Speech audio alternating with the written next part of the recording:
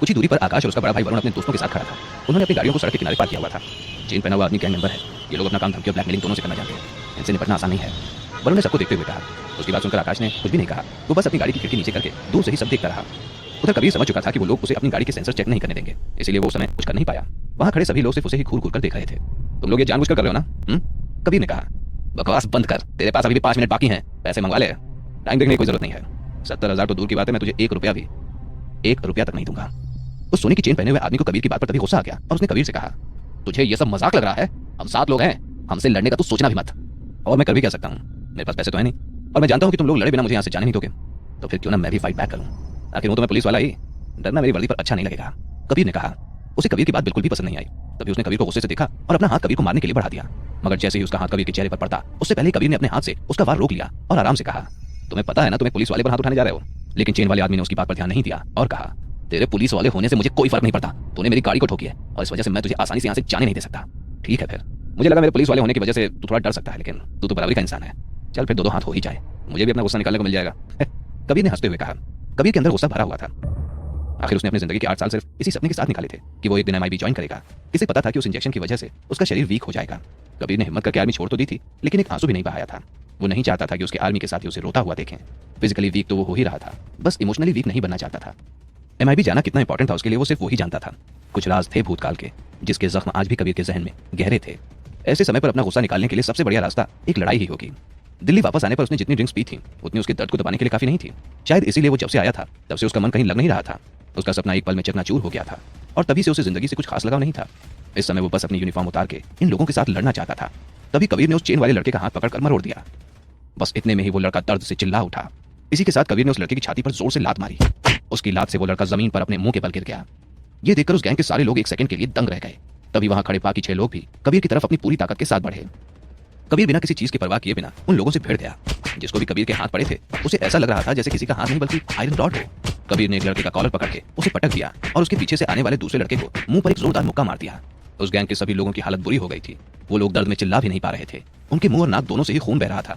एक लड़के ने हिम्मत जुटाकर कबीर को लात मारने की तभी कोशिश की, लेकिन कबीर ने अपने हाथ से उसका पैर पकड़ लिया और उसे घुमाकर पीछे की ओर धकेल दिया। दूर खड़े वरुण और आकाश ये सब देखकर दंग रह गए थे। उन्हें अपनी आंखों पर भरोसा नहीं हो पा रहा था। एक आदमी 7 लोगों से इतनी आसानी से कैसे लड़ सकता है? क्या बात है, आकाश ने कबीर को देखते हुए कहा। वरुण और उसके दोस्त कबीर को विक्रम और उसके साथियों को मारते हुए देख चुके थे, लेकिन तब उन्हें लगा था कि पुलिस वाला विक्रम जैसे लोगों को बहुत ही आसानी से हरा सकता था। लेकिन आज रात जो इस गैंग के लोगों के साथ हो रहा था वो देखकर तो वो हक्के बक्के रह गए। सोने की चेन पहने हुए लड़कों को देखकर साफ साफ पता चल रहा था कि वो बचपन से ही इस काम में है, लेकिन कबीर के सामने वो कुछ देर भी नहीं टिक पाए। वरुण और उसके साथियों ने यह सोचकर राहत की सांस ली कि उस दिन वो लोग कबीर के गुस्से से बच गए। चेन वाला लड़का जमीन पर पड़ा हुआ था। उसकी हालत काफी बुरी थी, लेकिन जब उसने देखा कि कबीर के सामने कोई भी नहीं टिक पाया तब उसने एक चाल सोची। उसने अपनी जेब से एक चाकू निकाला और कबीर को पीछे से वार करने की कोशिश की। इस समय कबीर बाकी लोगों से निपटने में बिजी था, इसीलिए उसे इसका बिल्कुल भी अंदाजा नहीं था कि उसके पीछे क्या हो रहा है। लेकिन तभी उसे अपने पीछे कुछ महसूस हुआ। अगर उसे वो इंजेक्शन नहीं लगता तो शायद वो उसी वक्त उस लड़के को रोक लेता, लेकिन अब उसकी बॉडी उतनी स्ट्रांग नहीं थी। जब उसे खतरा बढ़ता हुआ महसूस हुआ उसके शरीर ने आखिरी समय पर उसका साथ दे ही दिया। कबीर उसके निशाने से हटा और पैर से उसको रोककर उसका गला पकड़ लिया। ये देखकर वो चेन वाला लड़का डर गया और कबीर को देखकर हैरान रह गया। बाकी के लोग तो पहले ही ढेर हो गए थे। कबीर खुद भी पूरा पसीने से तरबतर हो गया था। उसकी सांस भी फूल रही थी। उसे पहली बार महसूस हुआ कि उसके डॉक्टर ने उसकी बॉडी वीक होने के बारे में सही कहा था। आर्मी में उसे अपने फिजिकल टेस्ट के रिजल्ट्स पर भरोसा नहीं हुआ था, लेकिन आज की लड़ाई के बाद उसे सच्चाई पता चल चुकी थी। उसे आभास हो गया था कि उसका शरीर पहले जितना स्ट्रांग नहीं रहा। आगे जाके इस इंजेक्शन का क्या असर होने वाला है उसकी कल्पना मात्र ही हो सकती थी, जो काफी भयावह थी। वहां पड़े 7 गैंग मेंबर्स बिलक बिलक कर रो रहे थे। उनके पूरे चेहरे पर चोटों के निशान थे। कबीर के अंदर अब भी काफी गुस्सा भरा हुआ था। उनकी हालत देखकर तभी कबीर ने कहा, बस हो गया। कबीर ने चेन वाले लड़के की तरफ तभी देखा तो वो जमीन पर लेटा हुआ था। कबीर उसके पास गया और अपनी जेब से सिगरेट का पैकेट निकाला और एक सिगरेट जला ली। तो जानता नहीं है मैं कौन हूं? चेन वाले लड़के ने कहा। मैं जानना चाहता भी नहीं हूं। मुझे फर्क नहीं पड़ता कि तू कौन है। मैं पुलिस वाला हूं और अगर तुझे कानून तोड़ते हुए देखूंगा तो जरूर अरेस्ट करूंगा। अभी भी लड़ना चाहता है? हाँ, कबीर ने कहा। उस लड़के ने नामे सिर हिलाया। अभी भी 70,000 चाहिए तुझे? कबीर ने फिर से पूछा। उस लड़के ने फिर से अपना सिर नामे हिलाया। तभी कबीर ने अपनी सिगरेट फेंकी और एक लात वहां पड़े लड़के को मारी। वो लड़का जोर से चिल्ला उठा, तुम जैसे लोगों को अरेस्ट करके सिर्फ मेरा समय खराब होगा। अगर तूने ऐसा फिर से किया ना तो अगली बार लड़ाई से नहीं गोली से जवाब मिलेगा। कबीर ने उन सबको वार्निंग दी और अपनी गिरी हुई बाइक को उठाने लगा। फिर उसने अपनी बाइक स्टार्ट की और तेजी से वहां से चला गया। उसको देखकर आकाश और वरुण एकदम हैरान रह गए थे। लगता है इस शहर के बड़े लोगों से पंगा लेने वाला कोई आ ही गया। अब बस ये देखना बाकी है कि ये शिकार बनता है या फिर शिकारी। कबीर ने अपनी फ्रस्ट्रेशन तो निकाल दी थी, लेकिन उसके मन में अभी भी कुछ घाव थे। आखिर वो क्या वजह थी जो कबीर का एमआईबी ज्वाइन करना बहुत जरूरी बना देती थी? क्या थे ऐसे अतीत के राज जो किसी को नहीं पता थे? क्या वो कर पाएगा एमआईबी ज्वाइन? या फिर इंजेक्शन के केमिकल का असर उसे और कमजोर कर देगा। जानने के लिए सुनते रहिए सीक्रेट फौजी, ओनली ऑन पॉकेट एफएम।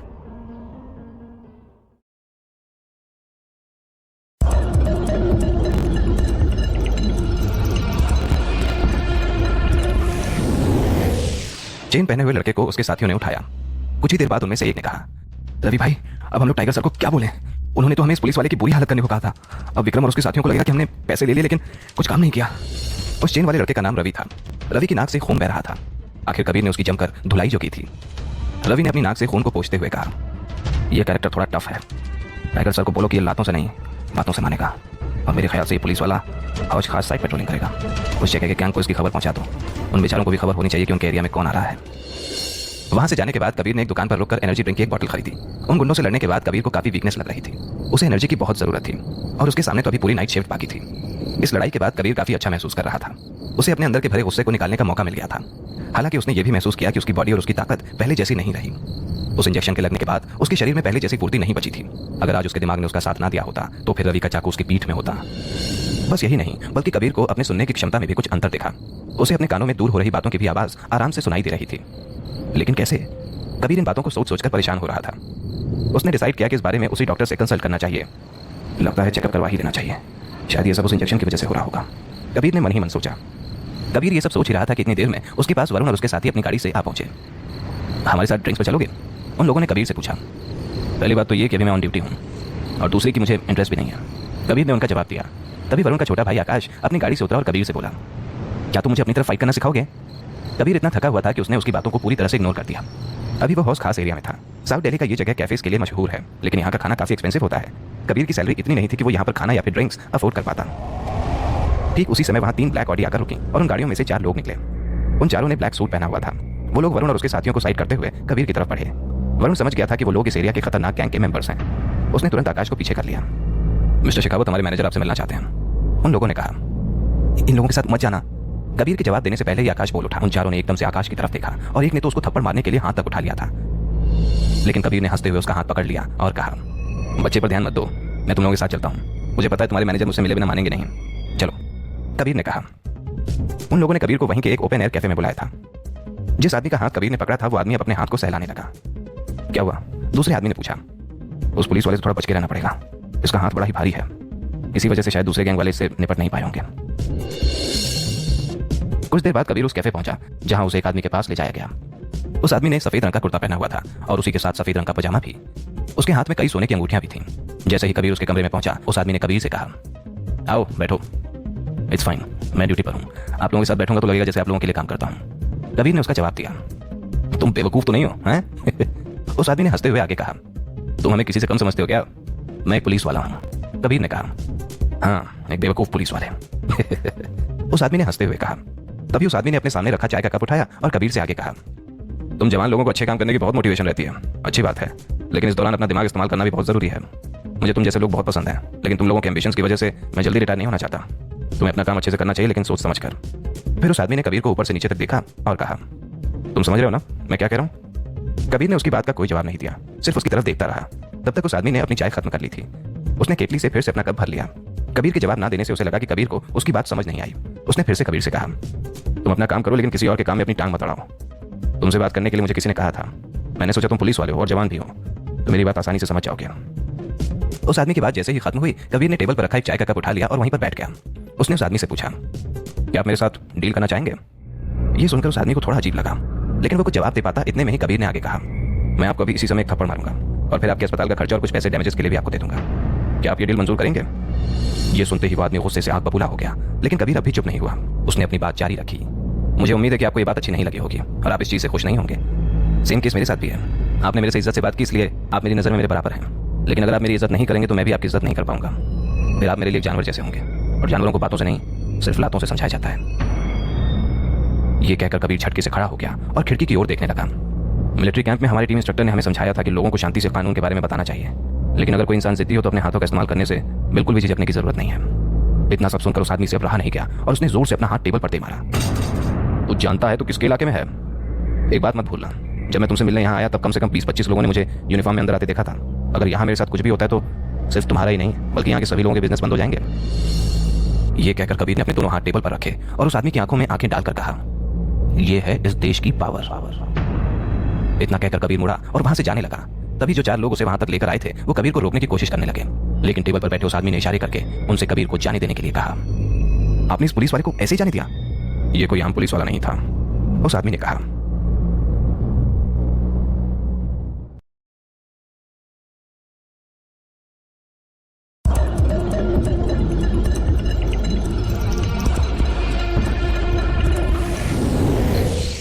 सुबह होने से पहले कबीर पुलिस स्टेशन पहुंच गया था। उसे वहां अपनी यूनिफॉर्म चेंज करनी थी। जेल में बंद विक्रम और उसके साथी पुलिस स्टेशन में लगातार हो रही आवाजों से जग गए थे। जब उन्होंने अपनी नींद भरी आंखों से कबीर को देखा तो वो एकदम से चौंक गए। कबीर अपने कपड़े बदल चुका था। उसने उन सबके हैरान चेहरे को देखकर कहा, तुम लोगों ने कोई भूत देख लिया क्या है? और इतना कहकर वो वहां से चला गया। उसके जाने के बाद विक्रम ने जोर से अपने जेल की सलाखें पकड़ ली और उसने कहा, उन लोगों ने मुझे बेवकूफ बना दिया। मैंने उन गैंग मेंबर्स को अच्छे से समझाया था, लेकिन तब भी वो लोग इस पुलिस वाले का कुछ नहीं कर पाए। इसके तो चेहरे पर एक निशान तक नहीं है। उसी के साथ उसके साथियों ने भी कहा, वो लोग तो बेकार निकले। पैसे तो ऐसे लेकर गए थे जैसे इस पुलिस वाले को जिंदा भी नहीं छोड़ेंगे, लेकिन देखो वो तो एकदम ठीक है। वो लोग तो एक छोटे से पेट्रोलिंग ऑफिसर से डर गए। अच्छा, काम से घर लौटते समय कबीर ने सोचा कि हॉस्पिटल जाना सही रहेगा। कुछ देर बाद वो एम्स पहुंच गया और डॉक्टर की सलाह पर कुछ जांच करवाई। वेटिंग हॉल में बैठा कबीर अब अपने ब्लड और फिजिकल टेस्ट के रिजल्ट्स का इंतजार कर रहा था। थोड़ी ही देर में एक डॉक्टर आया और कबीर के हाथ में उसकी रिपोर्ट्स थमा दी। रिजल्ट्स आ गए हैं और तुम्हारे ब्लड टेस्ट और फिजिकल टेस्ट दोनों ही एकदम ठीक हैं। हाँ, रही बात उस इंजेक्शन के केमिकल की, तो वो भी कुछ खास असर नहीं कर रहा। Everything is normal. डॉक्टर की बात सुनकर कबीर गुस्से से खड़ा हो गया और बोला, डॉक्टर मुझे लगता है कि रिपोर्ट्स में कोई दिक्कत है। आप क्या फिर से टेस्ट करवा सकते हैं? क्या तुम मुझे क्वेश्चन कर रहे हो? डॉक्टर ने उसकी बात सुनकर कहा, नहीं, मैं तो बस ये पूछा था कि क्या मुझे एक बार फुल बॉडी स्कैन करवा लेना चाहिए। कबीर ने पूछा, ये तुम्हारी फुल बॉडी रिपोर्ट ही है। डेटा की तरफ देखो, सब कुछ नॉर्मल शो हो रहा है, तुम्हें कोई दिक्कत नहीं है, समझे? डॉक्टर ने रिपोर्ट की तरफ इशारा करते हुए कहा, लेकिन कभी कभी मुझे बहुत अनकंफर्टेबल सा फील होता है और तो और मेरे कान भी हद से ज्यादा सेंसिटिव हो जाते हैं, जिससे मुझे अपने आसपास की सारी आवाजें सुनाई देने लग जाती हैं। ऐसा मेरे साथ पहले कभी नहीं हुआ। कबीर ने डॉक्टर की बात का जवाब देते हुए कहा। डॉक्टर ने उसकी बात सुनकर कबीर की तरफ देखा और बोला, हाँ, एक पार्ट है जिसका तुम टेस्ट करा सकते हो, है ना?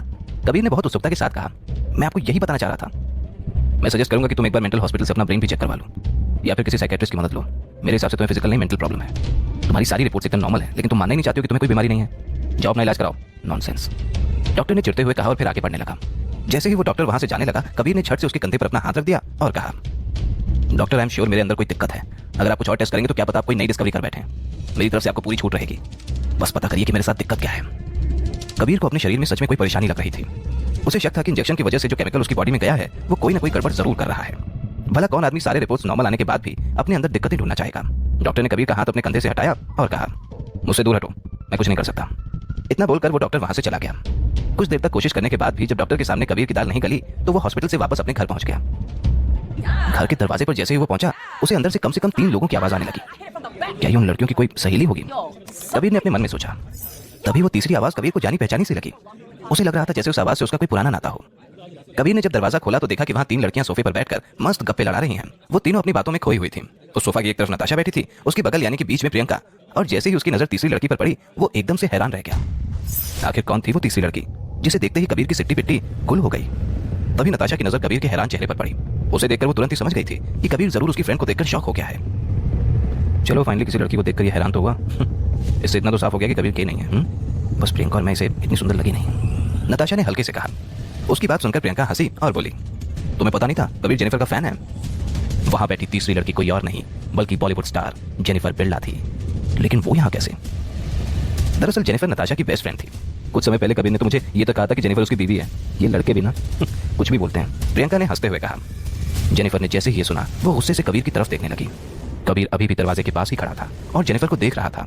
उसे अपनी आंखों पर भरोसा नहीं हो रहा था। तभी प्रियंका कबीर की तरफ गई और उसके कंधे पर हाथ रखकर बोली, शॉक्ड या सरप्राइज्ड? जिस जेनिफर को तुम इतना पसंद करते हो वो आज तुम्हारे घर में तुम्हारे सोफे पर बैठी है। तुम्हें पता है जेनिफर नताशा की बेस्ट फ्रेंड है। तुम्हारी शक्ल देखकर तो मुझे ऐसा लग रहा है जैसे नताशा को यहाँ रहने के लिए रेंट देने की भी जरूरत नहीं पड़ेगी हैं? आखिर उसने तुम्हारे ऊपर इतना बड़ा एहसान जो किया है। हाँ, क्यों नहीं, मैं तुम्हारी और जेनिफर की ना साथ में एक बहुत ही अच्छी फोटो ले लूंगी और इसके बदले में तुम इस महीने का पूरा रेंट मुझे वापस कर देना, ठीक है? अगले ही पल प्रियंका कबीर को अंदर ले आई और उसे बैठने को कहा। कबीर वहां जेनिफर को देखकर काफी ऑकवर्ड फील कर रहा था। इस ऑकवर्डनेस को थोड़ा कम करने के लिए उसने टेबल पर रखा पानी का ग्लास उठा लिया। मैंने तो इसे कह दिया था कि अगर जेनिफर तुम्हारी बीवी है ना तो फिर मैं खुशी खुशी अपनी नौकरी छोड़ दूंगी। ये सुनते ही जेनिफर और कबीर दोनों को झटका सा लगा और वो ऐसे खांसने लगे जैसे उनकी चोरी पकड़ी गई हो। तुम दोनों ठीक तो हो ना? नताशा और प्रियंका ने एक साथ पूछा। हाँ, कुछ नहीं हुआ। कबीर ने टिश्यू पेपर से अपना मुंह साफ किया और जेनिफर को टिश्यू बॉक्स पास कर दिया। थैंक यू, जेनिफर ने कहा। वो दोनों नहीं चाहते थे कि प्रियंका और नताशा को उनकी शादी के बारे में कुछ भी पता चले।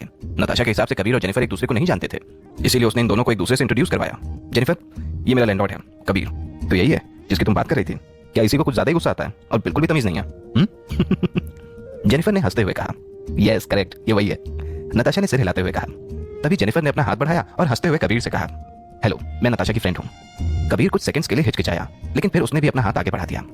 हेलो जेनिफर, तू आज बड़ा अलग बिहेव कर रही है। नॉर्मली तू तो कभी भी किसी आदमी से पहले हाथ नहीं मिलाती हैं? नताशा ने मजाक करते हुए कहा। Oh really? मुझे लगा अगर मैं अच्छा बिहेव नहीं करूंगी तो फिर कबीर मुझे तुमसे मिलने ही नहीं देगा। जेनिफर ने हंसते हुए कहा, डोंट वरी, ऐसा इंसान नहीं हूं मैं। कबीर ने जवाब दिया। अंदर ही अंदर कबीर और जेनिफर दोनों ही बहुत शॉक थे। उन दोनों ने एक दूसरे से ऐसे मिलना कभी भी एक्सपेक्ट नहीं किया था।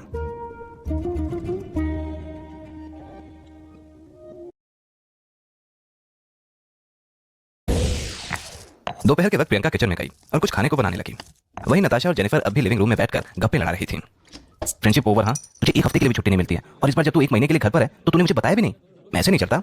जेनिफर ने नताशा से कहा, यार ऐसी बात नहीं है, मैं तुझे बताना चाहती थी लेकिन तुझे तो पता ही है ना, हम दोनों इतनी आसानी से अब कहाँ ही मिल सकते हैं। जरा देखो अपने आप को, जहां भी जाओ वहां तुम्हारे पोस्टर लगे मिलते हैं। तुम जहां जाती हो तुम्हारे पीछे पीछे तुम्हारे फैंस की भीड़ भी जाती है। और तुझे याद हो ना हो, मुझे पिछली बार जो हुआ था आज भी अच्छे से याद है। बस इसी वजह से तुझे मैंने अपनी छुट्टी के बारे में नहीं बताया। नताशा ने जवाब दिया। नताशा से बात करते करते ही जेनिफर ने अपने बाल कान के पीछे किए और पास में रखा एक सेब उठा लिया। वो एक एक्सीडेंट था, मुझे नहीं पता था कि वो फैन मुझे पहचान लेता। जेनिफर ने चाकू से उस सेब को काटते हुए कहा, तू तो रहने ही दे बहन, तेरे चक्कर में जिंदगी में पहली बार मुझे मेंस वॉशरूम में छिपना पड़ा था। अगर मुझे कोई देख लेता तो क्या होता? नताशा ने हल्के से गुस्से में कहा। वेट अ मिनट, लेकिन तुझे कैसे पता चला कि मैं छुट्टी पर हूँ? हाँ, मैंने जासूस लगा दिया तेरे पीछे। पगली तो हमेशा इंस्टाग्राम पे एक्टिव रहती है और जब भी किसी नई जगह पर जाती है तो वहाँ की कम से कम एक फोटो तो जरूर अपलोड करती है। लेकिन अभी कुछ दिनों से तूने इंस्टाग्राम पे कोई स्टोरी तक नहीं डाली थी, तो मुझे लगा कि शायद तू छुट्टी पर होगी और तू अकेले मुझे ढूंढने आ गई, वो भी अपनी असिस्टेंट के बिना। अगर यहाँ तेरा कोई फैन तुझे पहचान लेगा तो मेरे घर के सामने तो भीड़ लग जाएगी। मैंने देखा है कि लोग तुझे देखकर कैसे पागल हो जाते हैं। नताशा ने कहा। जेनिफर ने अपना सेब खाया और बहुत ही शांति से कहा, अगर मैं अपनी असिस्टेंट को बता देती कि मैं तुमसे मिलने जा रही हूँ तो तुझे क्या लगता है, तो मुझे आने देती? शेड्यूल, शूट्स, प्रोजेक्ट्स, हर रोज का यही ड्रामा है। मैं इन सब चीजों से थक गई हूँ यार। तो फिर तुम यहाँ आई कैसे? नताशा ने जेनिफर के पास आकर बैठते हुए पूछा। बस मैंने बोला कि मुझे वॉशरूम जाना है, फिर वहां से उनको एक टेक्स्ट भेजा और अपना फोन ऑफ कर दिया, बस सिंपल। जेनिफर की बात सुनकर नताशा भी हंस पड़ी। जेनिफर जिस अंदाज में ये बातें बता रही थी उसे देखकर तो ऐसा बिल्कुल भी नहीं लग रहा था कि उसने ऐसा काम पहली बार किया हो। तेरे मैनेजर और असिस्टेंट तो एकदम पागल हो रहे होंगे हैं? नताशा के ये कहते ही दोनों फिर से ठहाका लगाकर हंसने लगे। उन दोनों की ठहाकों की आवाज से कबीर जो इस वक्त अपने कमरे में सो रहा था उसकी नींद खुल गई। वो फ्रेश होकर अपने कमरे की बालकनी में गया और अपने कपड़े सुखाने लगा। कुछ देर बाद जब उसने पीछे देखा तो उसके पीछे जेनिफर एक फ्लोरल ड्रेस पहने खड़ी थी। जेनिफर को यूं अचानक अपने करीब देखकर कबीर को कुछ समझ ही नहीं आ रहा था कि वो इस समय उससे क्या बोले।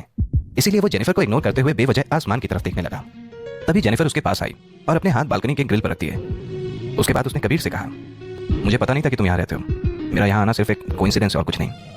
अभी तक मेरे यहाँ बस कुछ ही दोस्त बन पाए हैं और नताशा उनमें से एक है। ओह अच्छा, वैसे मैं प्रियंका से बस मजाक कर रहा था। जब मैंने उसे कहा तो मुझे पता था कि वो भरोसा नहीं करेगी कि तुम मेरी बीवी हो। सो डोंट वरी, यहाँ पर किसी को नहीं पता कि हमारी शादी हो चुकी है। कबीर की बात सुनकर जेनिफर शांत हो गई। वो भी आसमान की तरफ देखने लगी और कुछ देर की ऑकवर्ड साइलेंस के बाद उसने कबीर की तरफ देखकर कहा, और कैसे हो? तुम्हारी नौकरी कैसे चल रही है? सब बढ़िया चल रहा है। मुझे अब शहर में रहने की आदत नहीं रही। मैंने कभी नहीं सोचा था कि आर्मी में वक्त गुजारने के बाद मेरे लिए बाहर की दुनिया इतनी बदल जाएगी। ये कहते हुए कबीर मुड़ा और फिर हल्के से स्माइल के साथ आगे कहा, लेकिन तुम तो यहाँ बहुत पॉपुलर हो गई हो। जहाँ जाती हो वहाँ तुम्हारे फैंस तुम्हारे पीछे होते हैं। तुम्हारा अभी भी वही गोल है? जेनिफर ने उसकी तरफ देखा और पूछा। जेनिफर के सवाल पर कुछ देर तक खामोश रहने के बाद कबीर ने कहा, मैं उस राठौड़ खानदान को ढूंढ कर ही रहूंगा जिसने मेरे पिता और मुझे धोखा दिया। जेनिफर को कबीर की आंखों में जुनून की आग धधकती हुई दिख रही थी। मैं भी तुम्हारा इंतजार करूंगी, जेनिफर ने मन ही मन कहा। मुझे लगता है कि हमें मिलते जुलते रहना चाहिए, आखिर हम दोनों शादीशुदा हैं। कुछ देर तक वहीं बालकनी में खड़े होने के बाद जेनिफर ने कहा, लेकिन ये तो पॉसिबल नहीं लग रहा। तुम एक बहुत बड़ी और फेमस सेलिब्रिटी हो। अगर मीडिया को हमारे बारे में कोई भी खबर पता लग गई तो तुम्हारे करियर पे बात आ जाएगी। इसलिए हमें केयरफुल रहना चाहिए। मैं नहीं चाहता कि मैं तुम्हें कभी फोन करूं और हमारी शादी की खबर लीक हो जाए। इस शादी को राज रखने का वादा मैंने ही तुमसे किया था, याद है ना? जेनिफर ने उसकी बात सुनकर अपना सिर हिलाया और कहा, बिल्कुल सही कह रहे हो तुम। इतना कहकर वो वहां से निकलकर अंदर चली गई। तभी प्रियंका जो अभी अभी किचन की खिड़की से नीचे का नजारा झांक कर आई थी, उसने परेशान आवाज में कहा, जेनिफर क्या किसी को पता है तुम यहाँ आई हो? मैंने अभी नीचे बहुत सारे रिपोर्टर्स खड़े देखे थे, मुझे लग रहा है कि कुछ तो गड़बड़ है। ये सुनते ही जेनिफर का चेहरा तुरंत लाल पीला होने लगा। शिट, जल्दी से जेनिफर को यहाँ से ले जाते हैं। जेनिफर जल्दी से अपने मैनेजर और असिस्टेंट को कॉल करो, उनसे कहना कि तुम्हारे लिए कुछ बॉडीगार्ड्स भिजवा दें, नताशा ने कहा। जेनिफर के साथ ऐसा पहली बार नहीं हो रहा था। नताशा भी अच्छे से जानती थी कि मीडिया वाले जेनिफर को इतनी आसानी से नहीं जाने देंगे। जेनिफर एकदम शांत थी। उसे पता था इस सिचुएशन में परेशान होकर उसे कुछ हासिल नहीं होगा। नॉर्मली ऐसी सिचुएशन उसके मैनेजर या असिस्टेंट सॉल्व करते हैं। तभी कबीर भी बालकनी से लिविंग रूम में आ गया और उसने कहा, हमारे पास क्रिमिनल डिपार्टमेंट की पुलिस है, हमें डरने की क्या जरूरत। प्रियंका को तो कुछ देर के लिए समझ ही नहीं आया कि कबीर का क्या मतलब था। अरे हाँ, मैं तो पुलिस में हूँ और मेरा काम है पब्लिक ऑर्डर मेंटेन करना, लेकिन ये सब मैं अकेले तो नहीं कर सकती, नीचे लोगों की तादाद बहुत ज़्यादा है, अगर मैं जाऊँगी तो वो सब मेरे ऊपर चढ़ जाएंगे। प्रियंका ने फिर कबीर की तरफ देखा और आगे कहा, भाई द वे तुम भी पुलिस वाले ही हो ना, ये तुम्हारा भी काम है। एक सेलिब्रिटी की सुरक्षा तो पुलिस वालों की ड्यूटी है। वैसे भी जेनिफर तुम्हारी फेवरेट हीरोइन भी तो है, उसे सेफ रखना तुम्हारे लिए सबसे ज़्यादा इंपॉर्टेंट होना चाहिए। मैंने कब कहा कि मैं उसे पसंद करता हूँ? कबीर ने उसका जवाब दिया, इट्स फाइन, बार बार एक ही बात कहने की जरूरत नहीं है। जेनिफर ने थोड़ा चिढ़कर कहा, कबीर अभी मैटर तुम्हें ही संभालना पड़ेगा। अगर जेनिफर को जरा सी भी दिक्कत हुई ना तो फिर मैं पापा से कहकर ये पूरी बिल्डिंग खरीद लूंगी और तुम्हें यहाँ से बाहर निकलवा दूंगी। नताशा ने सख्त लहजे में कहा। कबीर जेनिफर की मदद जरूर करना चाहता था, उसने बस ऐसा इसीलिए कहा ताकि जेनिफर को कोई गलत मैसेज ना पहुंचे। वह नहीं चाहता था कि जेनिफर ये सोचे कि कबीर उसको पसंद करता है। ओके, मैं उसको सेफली इसके घर तक पहुंचा दूंगा, लेकिन तुम सबको मेरी एक बात माननी पड़ेगी। कबीर ने आगे कहा, सनग्लासेस और हैट पहन लो। इस बिल्डिंग में 4 लिफ्ट हैं, तो एक काम करते हैं, सब अलग अलग होकर इन मीडिया और फैंस को डिस्ट्रैक्ट करते हैं। प्रियंका और नताशा दोनों को यह प्लान अच्छा लगा। नताशा अपने कमरे की तरफ भागती हुई गई और अपने सनग्लासेस और हैट्स ले आई। नताशा ने आधी दुनिया घूमी हुई थी, इस वजह से उसके पास अलग अलग तरह के सनग्लासेस और हैट्स थे। जहां प्रियंका और नताशा दोनों अलग अलग लिफ्ट में चढ़कर नीचे चली गईं, वहीं कबीर जेनिफर के साथ खड़े होकर लिफ्ट आने का इंतजार कर रहा था। जेनिफर को देखकर ऐसा बिल्कुल भी नहीं लग रहा था जैसे वो परेशान या नर्वस हो। जेनिफर ने कबीर की तरफ देखा और कहा, अगर तुम मेरी मदद नहीं करना चाहते हो तो मैं बुरा नहीं मानूंगी। मैं तुम्हारा करियर खराब नहीं करना चाहता था, इस वजह से शादी को छुपाए रखा, लेकिन मैं तुम्हारा पति हूँ और तुम्हें किसी भी दिक्कत से बचाने की जिम्मेदारी मेरी ही है, कबीर ने कहा। तभी कबीर ने अपनी आंखें बंद की और ध्यान से नीचे से आने वाली आवाजों को सुनने की कोशिश करने लगा।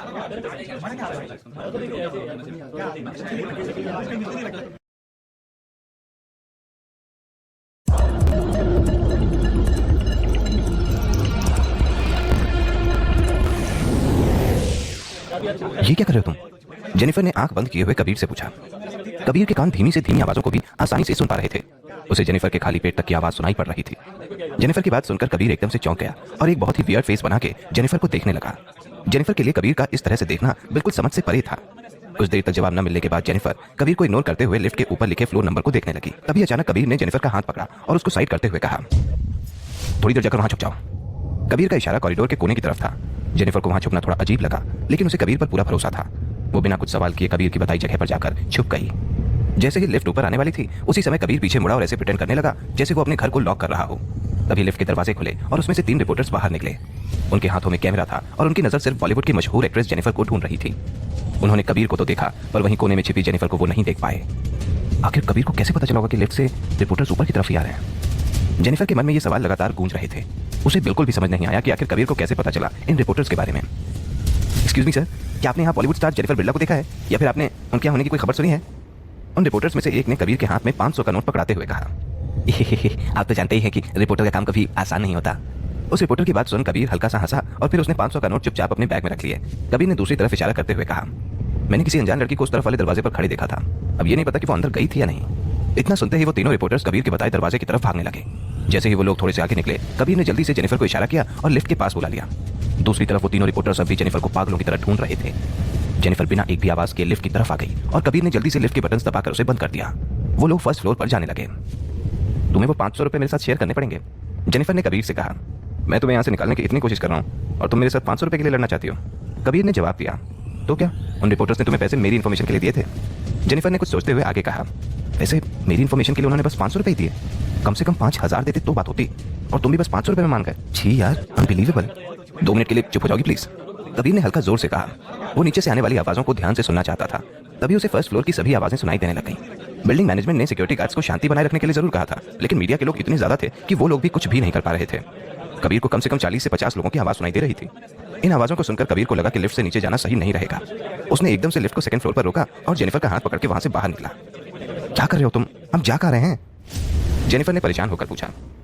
बहुत देर हो गई है, इन लोगों ने इस बिल्डिंग को हर जगह से घेर लिया है, कबीर ने जेनिफर को जवाब देते हुए कहा। कबीर जेनिफर को लेकर स्टेयरकेस की तरफ जा ही रहा था कि तभी उसे वहां से भी लोगों की आवाजें सुनाई देने लगी।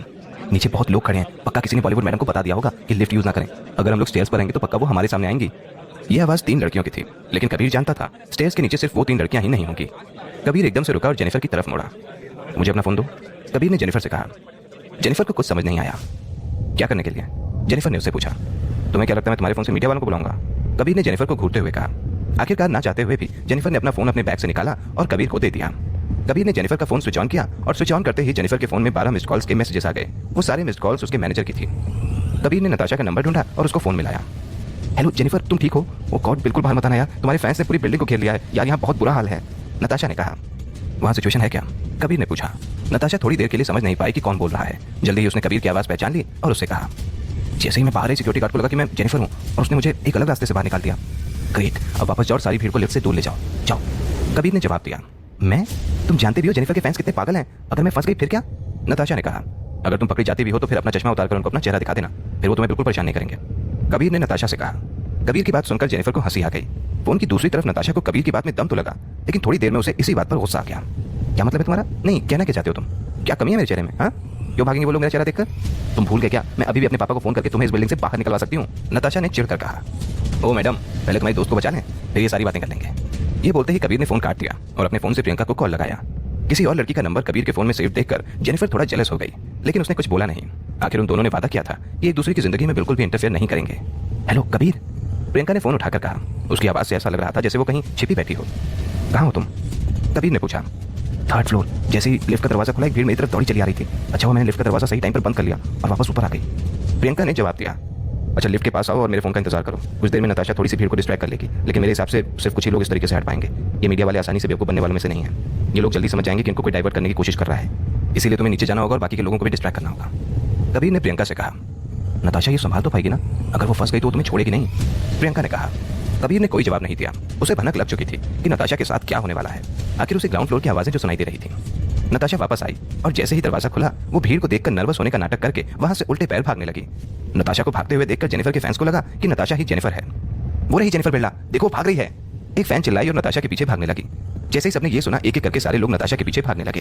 तभी कबीर ने प्रियंका को फोन किया और कहा, अब तुम्हारी बारी है एक्टिंग करने की, नीचे जाओ और अपना काम करो। प्रियंका को अभी भी थोड़ी घबराहट हो रही थी। ये रिपोर्टर्स डिफिकल्ट तो नहीं होंगे ना?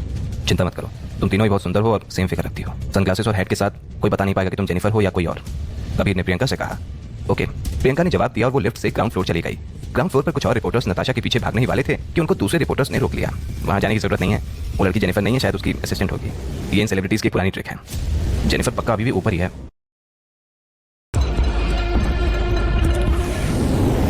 पहली वाली जो अभी वहां से भाग कर गई वो जेनिफर नहीं है, एक सीनियर रिपोर्टर ने कहा। उसी समय लिफ्ट आकर ग्राउंड फ्लोर पर रुकी और उसमें से प्रियंका अपने चेहरे को हैट और सनग्लासेस से ढककर बाहर निकलने लगी। वो देखने में बिल्कुल जेनिफर जैसी लग रही थी। उसे देखकर कोई भी नहीं समझ पाता कि वो जेनिफर नहीं है। प्रियंका की लंबाई भी लगभग जेनिफर जितनी ही थी और उसका फिगर भी बिल्कुल जेनिफर जैसा ही था। थोड़ी ही देर में प्रियंका को रिपोर्टर्स ने देख लिया। वो लिफ्ट से निकलते ही भागने लगी थी, लेकिन अब वो एक पुलिस वाली की तरह नहीं भाग रही थी, बल्कि बहुत ही एलिगेंट तरीके से भाग रही थी, जिससे रिपोर्टर्स को आसानी से चकमा दिया जा सकता था। उसकी चाल को देखकर रिपोर्टर्स को पक्का यकीन हो गया कि वो जेनिफर है। तभी वहां खड़े सारे रिपोर्टर्स प्रियंका के पीछे भागने लगे। करीब 5 मिनट बाद ग्राउंड फ्लोर बिल्कुल शांत हो गया और तभी कबीर जेनिफर के साथ नीचे आया। जब उन दोनों ने लिफ्ट का दरवाजा खोला तब वहां पर एक भी मीडिया वाला या फिर रिपोर्टर नहीं था। ये देखकर जेनिफर ने अपने बैग से अपनी गाड़ी की चाबी निकाली और पार्किंग लॉट की तरफ जाने लगी। तभी कबीर ने उसे रोका और पूछा, क्या कर रही हो? गाड़ी की तरफ जा रही हूँ, जेनिफर ने कहा। तुम पागल हो? मीडिया को इतना पागल समझती हो? उन्हें तुम्हारी गाड़ी के बारे में अच्छे से पता है। तुम्हें क्या लगता है उन्हें कैसे पता चला होगा कि तुम यहाँ हो? इस समय तुम्हारी गाड़ी बहुत लोगों को अट्रैक्ट कर सकती है। अभी वहां जाना बहुत खतरनाक रहेगा। तुम्हारी गाड़ी मैं तुम्हारे घर तक पहुंचा दूंगा, लेकिन अभी मैं तुम्हें तुम्हारे घर पर छोड़ाता हूँ। तुम्हारे पास गाड़ी है? जेनिफर ने कबीर की तरफ देखते हुए पूछा। सनग्लासेस और हेलमेट पहनकर मेरी बाइक पर बैठ जाना, कोई भी तुम्हें पहचान नहीं पाएगा। और अगर चिल्ला कर भी कहोगे ना कि तुम जेनिफर बिरला हो, तब भी तुम्हारी बात पर कोई विश्वास नहीं करेगा। कोई बिलीव नहीं करेगा कि बॉलीवुड क्वीन जेनिफर बिरला एक आम बाइक से ट्रैवल कर रही है। कबीर ने जवाब दिया। जेनिफर को यह बात कुछ खास पसंद नहीं आई। कबीर आगे आगे चल रहा था। थोड़ी देर बाद उसे ऐसा लगा जैसे जेनिफर उसके साथ नहीं है। वो एकदम से पीछे मुड़ा और देखा कि जेनिफर अब भी उसके साथ ही है। मुझे अब समझ आ रहा है कि मेरा छोटा भाई क्या कहता था और क्यों कहता था, जेनिफर ने कहा। क्यों, क्या कहता था वो? कबीर ने पूछा। वो कहता था कि तुम एक्चुअली बहुत स्मार्ट हो, बस मेरा मन रखने के लिए तुम हर क्लास में जानकर मुझे फर्स्ट आने देते थे, जेनिफर ने कहा। क्या पुरानी बातें लेकर बैठ गई हो तुम भी, कबीर ने हंसते हुए कहा। कुछ ही पल में कबीर अपनी बाइक लेकर जेनिफर के सामने आ गया और उसने कहा, कम ऑन आ जाओ। जेनिफर को अपनी फ्लोरल ड्रेस में बाइक पर बैठने में दिक्कत हो रही थी, इसीलिए उसने अपनी ड्रेस थोड़ी सी ऊपर की और बाइक पर बैठ गई। जेनिफर को समझ नहीं आ रहा था कि उसे कबीर के कंधे पर हाथ रखना चाहिए या फिर उसके कमर पर। कुछ देर तक सोचने विचारने के बाद थक कर उसने अपने हाथ अपने पैरों पर ही रख लिया। कबीर काफी तेज बाइक चला रहा था। आज जेनिफर पहली बार बाइक पर बैठी थी और उसे कबीर की स्पीड से थोड़ा डर लग रहा था। थोड़ा धीरे नहीं चला सकते? इतनी जल्दी किस बात की है? जेनिफर ने कबीर से कहा। थोड़ी देर में सबको पता चल जाएगा कि नताशा और प्रियंका कौन है। वो मीडिया वाले पक्का तुम्हारी तलाश में वापस आएंगे। तुम्हें जल्द से जल्द घर पहुंचाना बहुत जरूरी है। इस समय तुम किसी टाइम बॉम्ब से कम नहीं हो, कबीर ने रियर व्यू मिरर में जेनिफर की तरफ देखते हुए कहा। कबीर ने यह भी देखा कि जेनिफर को बैलेंस बनाने में दिक्कत हो रही है। तुम अपना हाथ मेरी कमर पर रख सकती हो, वैसे ही जैसे स्कूल के दिनों में रखा करती थी, कबीर ने कहा।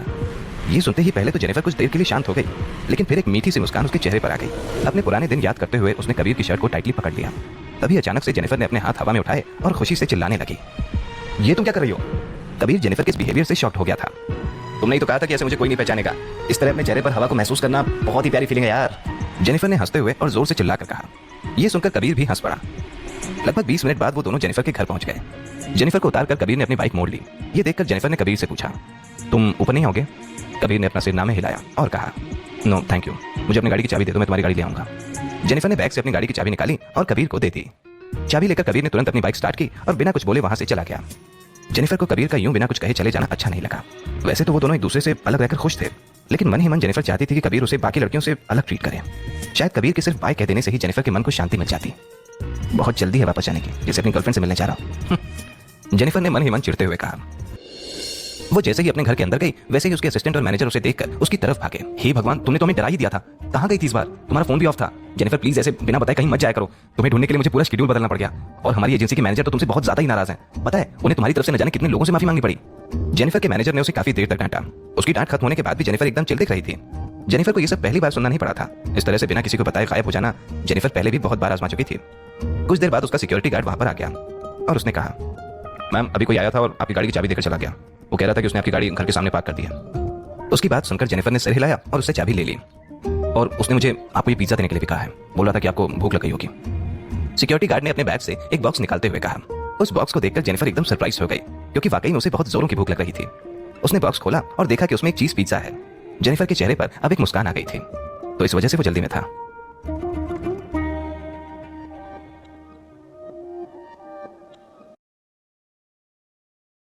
टीम इंस्ट्रक्टर कृपाल सिंह ने जांच के लिए army science and research lab में भेज दिया था, ताकि उस केमिकल और उसके असर के बारे में उन्हें अच्छे से पता चल सके। लैब के सामने टीम इंस्ट्रक्टर कृपाल सिंह चेयर पर बैठे वेट कर रहे थे। आधे घंटे बाद 3 साइंटिस्ट बाहर आए और अपना मास्क उतारकर उन्होंने कृपाल सिंह से कहा, सिंह सर, जो केमिकल टेस्टिंग के लिए यहाँ आप लाए थे, हमने उस पर अच्छे से रिसर्च किया और हमें जो पता चला है वो चौंकाने वाला है। आखिर ऐसा क्या था उस केमिकल में और कौन था इस खतरनाक साजिश के पीछे? रिसर्च में हमें यह पता चला है कि वो केमिकल एक एक्सपेरिमेंट का नतीजा है, जो कि ज्यादातर जानवरों के डीएनए रिसर्च में यूज होता है। एक रिसर्चर ने कहा। जानवरों का डीएनए? टीम इंस्ट्रक्टर कृपाल सिंह ने कहा। क्या ये केमिकल जैसे मूवीज में दिखाते हैं उस तरीके का है? हाँ, और हमें एक नहीं बल्कि काफी जानवरों के जीन्स मिले हैं। कहना पड़ेगा जिसने भी एक्सपेरिमेंट करने की कोशिश की है उसके पास हिम्मत और टेक्नोलॉजी दोनों ही काफी अच्छी है। क्या पता उनको इस एक्सपेरिमेंट में सफलता हासिल हो चुकी हो। अभी तक हमें इस केमिकल से जिन जानवरों के जीन्स कंफर्म हुए हैं वो हैं चींटी, चमगादड़ और बाज। अभी तक हमने इन तीनों जानवरों के जीन्स की प्रेजेंस कंफर्म की हुई है। एक रिसर्चर ने सिर हिलाते हुए कहा। ओह, आखिर ये साइंटिस्ट करना क्या चाह रहे थे? कृपाल सिंह ने गुस्से से पूछा। दुनिया के काफी साइंटिस्ट के दिमाग में ये अजीब सा आइडिया आ चुका है और कुछ देशों में तो इस पर रिसर्च भी हो रही है, लेकिन अभी तक किसी को भी कोई खास सक्सेस नहीं मिली। ये लोग इंसानों और जानवरों के डीएनए को मिलाकर एक ऐसा पावरफुल और अलग शक्तियों वाला इंसान बनाना चाहते हैं जिसके अंदर जानवरों की भी खूबियां हों, लेकिन आज तक कोई ये कर नहीं पाया। लेकिन कहना पड़ेगा इसके पीछे आइडिया बहुत सॉलिड है। चमगादड़ के पास सुनने की शक्ति बहुत कमाल की होती है। वो साउंड वेव्स का यूज करके खतरों से बचते हैं। अगर ये शक्ति इंसानों के पास हो तो हमारी सुनने की शक्ति 150 गुना बेहतर हो जाएगी।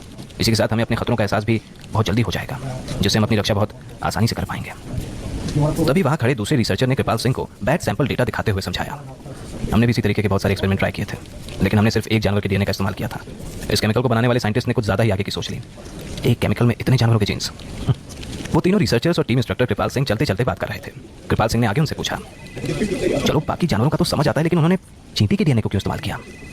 रिसर्चर्स इस बात पर मुस्कुराए और उनमें से एक ने जवाब दिया, आप चींटी को हल्के में दे रहे हैं सर। एक चींटी अपने वजन का 50 गुना वजन बहुत ही आसानी से उठा लेती है। एक साइंटिस्ट इस पर स्टडी भी कर चुका है। उसमें उसने ये कहा था कि अगर एक चींटी की लंबाई इंसान बराबर हो जाए तो वो बहुत ही आसानी से इस दुनिया पर राज कर सकती है। जरा सोचिए इस बारे में। अगर एक आदमी में चींटी की शक्तियां हो तो वो अपने वजन का 50 गुना वजन आसानी से उठा लेगा। ऐसा आदमी कितना शक्तिशाली होगा? ये सब बोलने में तो बहुत आसान है, लेकिन करना बहुत मुश्किल। चींटी खुद में ही इतनी छोटी है कि उसको देखना तक मुश्किल होता है, और उसमें से डीएनए निकालना तो बाप रे बाप। और बाज का क्या? टीम इंस्ट्रक्टर कृपाल सिंह ने पूछा। हवा से भी ज्यादा तेज। बाज नेचर का सबसे तेज प्राणी है। उसके सामने तो चीता भी कुछ नहीं है। वो हवा की रफ्तार से भी तेज आकर अपने दुश्मन पर हमला कर सकता है और उसके दुश्मन को भनक तक नहीं लग पाएगी। सिर्फ यही नहीं, बल्कि उसके पास तेज नजर भी है। वो दूर रखी चीजों को भी बहुत आसानी से देख सकता है। सिंपल शब्दों में समझाऊं तो जैसे टेलीस्कोप। तो फिर जो केमिकल मैं लाया हूं, अगर उसे किसी के शरीर में इंजेक्ट किया जाए तो उसका नतीजा क्या होगा? किसी इंसान के शरीर में? रिसर्चर ने एकदम से पूछा। अगर ऐसा होता है तो वो इंसान ज्यादा समय तक जिंदा नहीं रह पाएगा। ऑर्गन फेलियर या अलग अलग तरीके की बीमारियों से जिंदा रहने नहीं देंगे। जो केमिकल आपने हमें दिया है उसको ध्यान से परखने के बाद हमारे हिसाब से वो सिर्फ एक फेल्ड एक्सपेरिमेंट है। सिर्फ एक जानवर के डीएनए से भी इंसान का डीएनए फ्यूज नहीं हो पाता, और इसमें तो कम से कम 3 जानवरों के डीएनए हैं। इस साल एमआईबी के लिए हमने 3 कैंडिडेट चुने थे। अनफॉर्चुनेटली उनमें से एक को ये केमिकल इंजेक्ट कर दिया गया, जिसकी वजह से उसकी हेल्थ, पावर और शक्तियां तीनों ही काफी नीचे गिर गई। बहुत बुरा हुआ उसके साथ। टीम इंस्ट्रक्टर कृपाल सिंह ने कहा, ऐसा है? मेरे ख्याल से उस आदमी के पास ज्यादा समय नहीं है। शायद उसे एमआईबी की किसी दूसरे डिपार्टमेंट में ज्वाइनिंग दे देनी चाहिए। कोई कंप्यूटर पोस्ट ही सही। रिसर्चर ने कहा, मेरे भी दिमाग में यही आया था, लेकिन वो आदमी बहुत ही स्वाभिमानी टाइप का इंसान है। तो तो फिर उसे किसी और जगह लगवा देते हैं जहां उसे अच्छी सैलरी और पोजीशन मिले। आखिरकार उस फौजी ने एमआईबी के मिशन में अपना खून और पसीना लगाया था। ऐसे इंसान को दुनिया में बहुत इज्जत मिलनी चाहिए। रिसर्चर ने सिर हिलाते हुए कहा, ऑल अरेंज्ड। वो फौजी अब एक दिल्ली के लोकल पुलिस स्टेशन में पेट्रोलिंग ऑफिसर का काम कर रहा है। अगर सब सही रहा तो उसका काम चलता रहेगा। अगर आपको उससे बात करने का मौका मिले तो उससे पूछना कि क्या वो अपनी बॉडी रिसर्च के लिए हमें देगा। टीम इंस्ट्रक्टर की बात सुनकर रिसर्चर ने धीरे से कहा, क्या बोल रहे हो, ये करना सही नहीं रहेगा। उस हादसे की वजह से उसकी जिंदगी वैसे ही खराब हो चुकी है, और अगर हम बार बार उसे यही याद दिलाते रहेंगे तो वो आगे कैसे बढ़ेगा। उसे ये पूछना इंसानियत के खिलाफ होगा। मैं बार बार उसके जख्मों पर नमक नहीं छिड़क सकता। उसकी बात सुनकर कृपाल सिंह ने गुस्से से कहा, मैं समझ सकता हूँ, मैं आपको उसे फोर्स करने को नहीं कह रहा, आप चाहें तो उससे कैजुअली पूछ सकते हैं। उस रिसर्चर ने कहा, अच्छा ठीक है, तुम यही चाहते हो तो एक बार मैं उससे ये पूछ लूंगा। तुम साइंटिस्ट लोगों को तो सिर्फ अपने एक्सपेरिमेंट से लेना देना है। नॉनसेंस। टीम इंस्ट्रक्टर ने कहा, ऐसी बात नहीं है, हम उसे इस चीज़ के लिए कॉम्पनसेशन देने को भी तैयार हैं। ये फौजी सिर्फ जीते जी ही नहीं बल्कि मरने के बाद भी अपने देश के काम आ सकता है। टीम इंस्ट्रक्टर को गुस्से में देखकर रिसर्चर ने कहा, ओके, मैं अपने सीनियर ऑफिसर से इस बारे में बात करूंगा। अगर आपकी रिसर्च में कुछ भी नया पता चलता है तो मुझे ज़रूर बताना। अब मैं चलता हूँ। उधर दिल्ली में इन सारी बातों से अनजान कबीर की जिंदगी धीरे धीरे पटरी पर आने लगी थी। कबीर ने फ्रिज से पीने के लिए अपना ड्रिंक निकाला और अपने एक्सरसाइज रूम में चला गया। हर दिन की तरह वो आज भी अपने कमरे का दरवाजा आराम से बंद कर रहा था, लेकिन जैसे ही वो दरवाजा बंद करने लगा, दरवाजे का हैंडल दरवाजे से निकल के उसके हाथ में आ गया।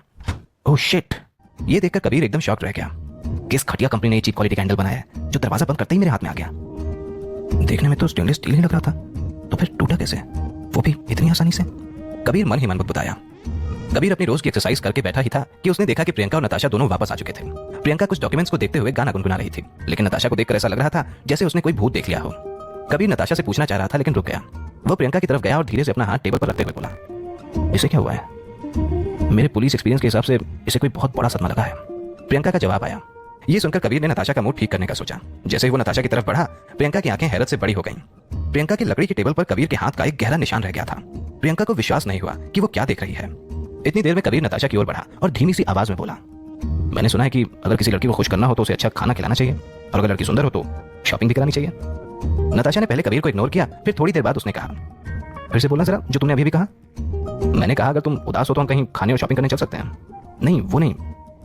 फिर क्या? तुमने मुझे क्या बुलाया? क्या कि तुम सुंदर हो? कबीर ने कहा, हाँ, क्या मैं सच में सुंदर हूँ? और नहीं तो क्या? कबीर ने सिर हिलाते हुए कहा। और जेनिफर, क्या मैं उससे भी ज्यादा सुंदर हूँ? नताशा ने पूछा।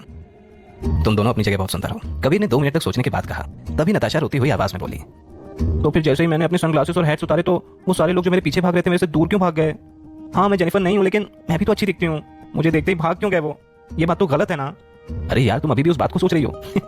क्यों ना सोचूं? तुम्हें पता है मैं कितने अमीर लोगों से मिलती हूँ और वो सारे अमीर लड़के मेरे पीछे होते हैं, मुझे खुश करने की कोशिश करने में लगे रहते हैं। नताशा ने गुस्से में जवाब दिया। प्रियंका अपनी टेबल पर बैठे उन दोनों को देखकर हंस रही थी। उसने कबीर को सारी बात बताना शुरू किया।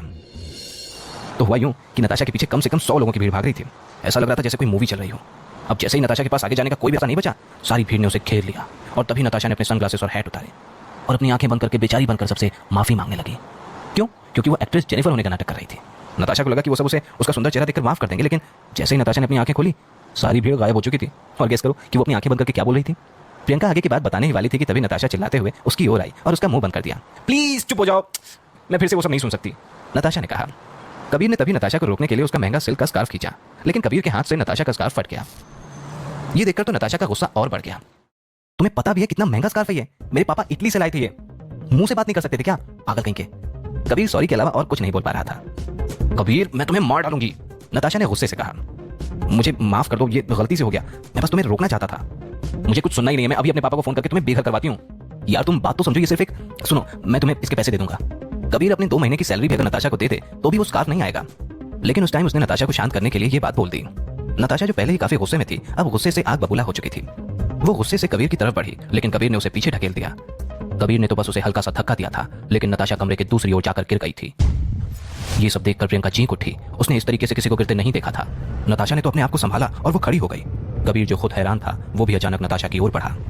मेरे पास बिल्कुल मत आना, पहले मेरा स्कार्फ खराब कर दिया और अब मुझे ही गिरा दिया। So sorry. कबीर के मुंह से सॉरी के अलावा और कुछ निकल ही नहीं रहा था। अच्छा एक काम करते हैं, तुम्हारा जब तक मन करे तो मुझे मार सकती हो, अब खुश? कबीर ने नताशा से कहा।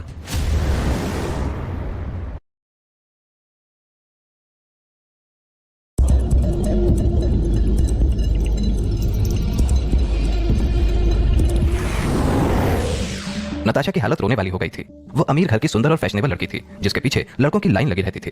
अपनी नौकरी की वजह से वो लगभग पूरी दुनिया घूम चुकी थी और दुनिया भर के एक से एक अमीर और हैंडसम मर्द उसे अपना बनाने का ख्वाब देखते रहते थे। उसकी प्यारी मुस्कान, दूध जैसा गोरा चेहरा और मॉडल जैसा फिगर किसी भी लड़के को दीवाना बनाने के लिए काफी था। नताशा को खुद भी लड़कों की अटेंशन बहुत अच्छी लगती थी, लेकिन जब वो कबीर से मिली तो उसका सारा घमंड टूट गया। कबीर ने नताशा को कभी भी अटेंशन नहीं दी थी और ना ही कभी फ्लर्ट करने की कोशिश की थी। नताशा को लगता था कि कबीर उसकी अटेंशन ग्रैब करने के लिए उसे इग्नोर करता है, लेकिन अंदर ही अंदर वो भी नताशा का दीवाना है। लेकिन आज जब कबीर ने उसका सिल्क स्कार्फ खराब कर दिया तब नताशा समझ गई कि कबीर उसमें इंटरेस्टेड नहीं है। नताशा को अपनी आंखों पर भरोसा नहीं हो रहा था। आखिर कौन सा लड़का नताशा जैसी लड़की के साथ इस तरीके से बर्ताव करेगा। नताशा जो कि सबसे ये कहा करती थी कि उसे पूरी दुनिया के मर्दों के बारे में सब पता है, आज अपनी ही नजर पर सवाल कर रही थी। कबीर ने नताशा को उसके ऊपर अपना गुस्सा निकालने का मौका दिया था। नताशा इतनी भी बेवकूफ नहीं थी जो ऐसा मौका अपने हाथ से जाने दे। उसे कबीर पर बहुत तेज गुस्सा आ रहा था। आखिर उसने नताशा की बेइज्जती पहली बार नहीं की थी। नताशा ने कबीर को थप्पड़ मारने का प्लान किया। उसने अपने शरीर की सारी शक्ति और कबीर के ऊपर आने वाला गुस्सा इकट्ठा करके अपना हाथ तैयार कर लिया। कबीर के नाम से ही नताशा के मन में गुस्सा उबल रहा था। उसने अपने दोनों हाथ एक दूसरे के साथ मले और खड़ी हो गई। वो अपने मन में जोर से कबीर को थप्पड़ मारने के बारे में सोच रही थी। वहीं कबीर को नताशा के लिए बहुत बुरा लग रहा था। उसने ये सब जानकर नहीं किया था। रोती हुई नताशा को देखकर कबीर ने सोच लिया था कि अगर वो उसे थप्पड़ मारना चाहेगी तो वो शांति से थप्पड़ खा लेगा। लेकिन उसी समय कबीर की जेब में उसका फोन बजने लगा। थप्पड़ खाने के लिए तैयार हो जाओ कबीर शेखावत, नताशा ने चिल्लाकर कहा। वो अपनी पूरी जान लगाकर कबीर को थप्पड़ मारने के लिए मुड़ ही रही थी कि तभी कबीर वहां से बालकनी की तरफ चला गया। थप्पड़ मारना तो दूर, नताशा कबीर को छू तक नहीं पाई और इस थप्पड़ मारने की कोशिश में नताशा अपने मुंह के बल गिर गई। वहीं बालकनी में कबीर किसी से फोन पर बात कर रहा था। Hello sir. कबीर के पास पुलिस स्टेशन के इंचार्ज का फोन आया था। कबीर, मैंने सुना है कि तुम्हें कुछ गैंग मेंबर्स ने तंग किया। इंचार्ज ने कहा। सर, बस एक छोटी सी मिसअंडरस्टैंडिंग थी, कबीर जवाब देते हुए बोला। क्योंकि ये कॉल वर्क रिलेटेड थी, कबीर ने सोचा कि बालकनी में जाकर बात करना सही रहेगा। उसे तो अंदाजा भी नहीं था कि नताशा उसे थप्पड़ मारने की तैयारी कर रही थी। लिविंग रूम में नताशा जमीन पर पड़ी हुई थी। प्रियंका समझ गई थी कि नताशा का गुस्सा अब हद पार कर चुका है। Are you okay? प्रियंका ने नताशा को उठाते हुए पूछा। तभी नताशा ने अपनी बड़ी और सुंदर आंखें झपकाई और कहा, हाँ मैं ठीक हूँ। नताशा की आंखों में आंसू आ चुके थे, लेकिन उसने अपने आप को रोने से रोक लिया। तभी कबीर ने कॉल कट किया और लिविंग रूम में आकर कहा, मैं काम पर जा रहा हूँ। कबीर भूल चुका था कि नताशा से सॉरी बोलना भी बाकी था। वो बस अपनी ही धुन में वहां से चला गया। कबीर को ऐसे ही जाता देख नताशा से अपना रोना रोका नहीं गया। मैंने आज तक इसके जितना बदतमीज और मैनरलेस आदमी नहीं देखा। कबीर शेखावत, तुम्हें तो मैं छोड़ूंगी नहीं, नताशा ने रोते रोते कहा। वहीं प्रियंका ने नताशा को शांत कराने की कोशिश में कहा, नताशा जाने दो, पहले मैं इस आदमी को समझ नहीं पा रही थी, लेकिन अब मैं इसको बेहतर जान चुकी हूँ। आओ तुम्हें कुछ दिखाती हूँ। प्रियंका रोती हुई नताशा को अपनी डेस्क पर ले गई और उसे वहां कबीर के हाथ से पड़े निशान दिखाए। ये क्या है? नताशा ने पूछा। अभी थोड़ी देर पहले वो यहाँ आया और उसने अपना हाथ मेरी टेबल पर रखा और बस ये निशान पड़ गया। ये देखकर साफ पता चलता है कि उसमें कितनी ताकत है। जितना ज्यादा मैं कबीर को जान रही हूँ उतना ज्यादा ये मुझे सरप्राइज कर रहा है। प्रियंका ने कहा। तो क्या हुआ? मुझे फर्क नहीं पड़ता कि वो ताकतवर है या नहीं। इस लड़के का लड़कियों में तो कोई इंटरेस्ट ही नहीं है। अपना पूरा टाइम सिर्फ जिम में ही बिताता होगा। अगर ऐसे ही मुझे तंग करता रहा ना तो मैं इसको छोड़ूंगी नहीं। ऐसी ऐसी जगह कंप्लेन करूंगी कि इसको कहीं भी नौकरी नहीं मिलेगी। नताशा का गुस्सा बढ़ता ही जा रहा था। ये कुछ ज्यादा नहीं हो जाएगा? प्रियंका ने हंसकर जवाब दिया। कबीर अपनी बाइक लेकर निकल चुका था। कुछ ही देर पहले उसे उसके इंचार्ज का फिर से फोन आया था। वो चाहता था कि कबीर अपना पेट्रोलिंग एरिया चेंज कर ले ताकि उसे फिर से उस एरिया के गैंग मेंबर्स परेशान ना कर पाएं। कबीर जल्दी इसीलिए जा रहा था ताकि उसके साथी उसे उसके नए एरिया की जानकारी दे सकें। पहले उसका पेट्रोलिंग एरिया साउथ दिल्ली था और अब उसको वेस्ट दिल्ली में ट्रांसफर कर दिया गया था। रेड लाइट पर कबीर ने अपनी बाइक रोकी। रेड लाइट कम से कम 2 मिनट लंबी थी और इन 2 मिनटों में दिमाग में नताशा का चेहरा कई बार आ चुका था। रोते हुए नताशा के होंठ सुर्ख लाल हो गए थे। जब कबीर ये सोच रहा था तो उसकी नजर कुछ देर के लिए वहीं अटक गई थी और अब उसे वही याद भी आ रहा था। उसने जल्दी से अपना सिर हिलाया और कुछ अलग सोचने के लिए दिमाग को कमांड दिया। फुटपाथ पर 7th 8th क्लास के बच्चे चल रहे थे। वो सब अपने ट्यूशन जा रहे थे। उन्हें देखकर कबीर को अपने बचपन की याद आ गई। उसका बचपन वैसे तो परेशानियों से भरा था, लेकिन उन परेशानियों में भी उसने कुछ प्यार भरे पल बना ही लिए थे। वो समय उसकी जिंदगी का बहुत खास समय था। कुछ देर बाद कबीर ने देखा कि रेड लाइट अब खत्म होने वाली है, लेकिन उसी समय दूसरी तरफ से एक गाड़ी आने लगी। वो गाड़ी बहुत तेज चल रही थी और सीधा फुटपाथ की तरफ जा रही थी। इतनी देर में कबीर ने उस गाड़ी चलाने वाले का चेहरा देख लिया। उस ड्राइवर के मुंह से थूक निकल रहा था और चेहरा एकदम पीला पड़ा हुआ था। कबीर को शक हुआ कि शायद वो ड्राइवर ड्रग्स के नशे में गाड़ी चला रहा है। ये देखते हुए कबीर अपनी बाइक से फटाफट उतरा और सीधा फुटपाथ की तरफ भागा। उसने जल्दी से बच्चों को पकड़ा और उन्हें कोने में खींच लिया। लकीली वो बेकाबू गाड़ी उनके साइड से होती हुई निकल गई। कबीर को देखकर वहां खड़े सब लोग दंग रह गए। वो सारे छोटे बच्चे भी इस सीन को देखकर रोने लगे। उन्हें समझ नहीं आ रहा था कि हो क्या रहा है। बच्चों को शांत कराने के बाद कबीर ने उन्हें ध्यान से अपने घर जाने को कहा।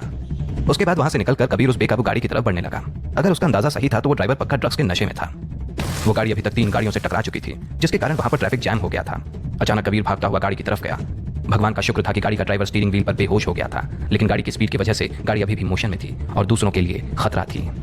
कबीर ने कैसे ना कैसे गाड़ी की स्पीड मैच कर ली और उसने गाड़ी का दरवाजा पूरी जान लगाकर खोला। फिर वो अंदर घुसा और ब्रेक पर पैर लगा दिया।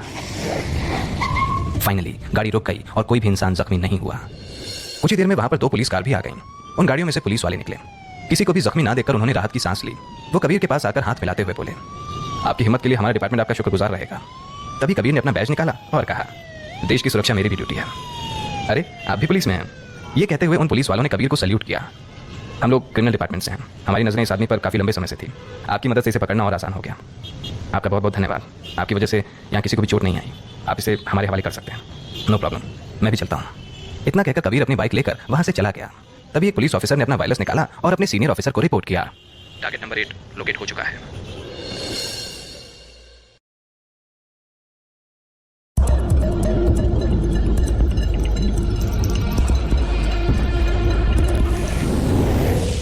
पुलिस स्टेशन पहुंचते ही कबीर को पता चल गया कि आखिर इंचार्ज मंजीत सिंह ने उसका पेट्रोलिंग एरिया चेंज क्यों करवाया। साथ ही विक्रम और उसके साथियों को अब तक उनके माँ बाप ने जेल से निकालने का सारा बंदोबस्त कर दिया था। जैसे ही कबीर स्टेशन पहुंचा, उसने वहां उन लड़कों के वकीलों की भीड़ देखी।